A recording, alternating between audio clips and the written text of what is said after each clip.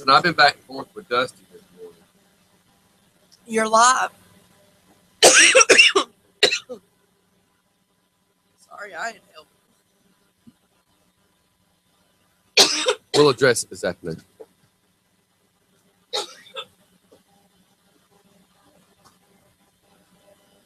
I'll add you.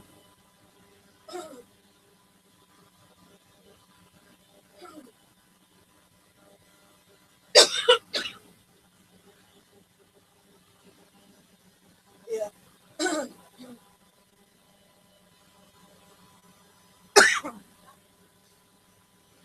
I got water.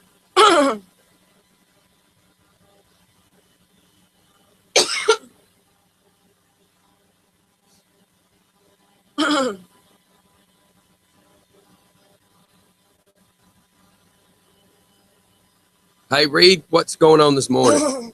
I just added you in the messages. And hello, all you great listeners out there and watchers. You damn watchers. You peeping Toms. People want the behind the scenes. You're getting the behind the scenes. All right. Time to go live. I'm trying, man. I'm trying. And action. We're live. At least some of us are. I'm trying to get there. Stephanie's over here like she was breathing. She was breathing down this dang biscuit. I was like, inhale much? And it was just a little particle. I've not ever. See how country your crappy crap is starting to affect me?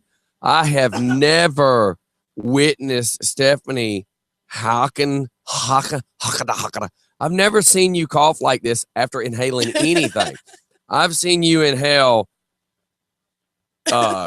Chinese food.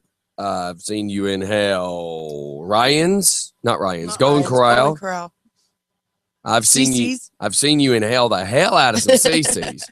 I've seen you inhale the gas cap off the bus, and you never cough like this. I know. I've seen you come to a party dressed as one of the Cheech and Chong guys with a 3-foot joint, and you didn't inhale that bad. I know, and my eyes are watering and everything, man. Whew. That was some good stuff. Oh, really? Because I was going to say this is a good-looking biscuit, but I'll let you say that. I meant the biscuit. Mm-hmm. Yeah. My wife, who has been up now for 24 hours, had to work. Good Lord, that's straight Sprite.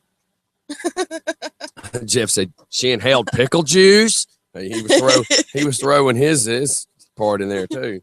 Yeah, and that still has. That was supposed to be Sprite and water. Good God, that is pure Sprite from a soda fountain, and the syrup to water soda water ratio is off. That is like 75% syrup and a little bit of, like, I'm going to need to take that bottled water and that drink and go pour it in a mug somewhere. Good Lord. Let me go back to my... You still in my bottled water? I'm going to go back to my watered down Mio for a minute. Good Lord. Well, look, if my throat starts getting dry, I can take a sip of that carbonated crap will help. Pickle juice will too. Well, just blow your nose. Put some in a cup for me. No, it really did. I'm going to save my biscuit for a break. Let's see. I did that, Thursday? Yes, I did that Thursday. And Saturday, my sinuses were still draining. So I don't suggest doing that for anyone. You don't suggest it. I don't suggest it. But you didn't warn anybody either. And I will say that, my nose hasn't been stuffed up. That's for sure. I don't know. I would think Dristan or Afrin might be what I would do. Yeah, because we were. I still can't get past the fact that you said the words, "You want me to snort it?" Well, hell yes, I do, Stephanie. I mean, every time I have told the story, I can't emphasize the funny of it enough. Like, you want me to snort it? I mean, 4th of July fireworks could have went off.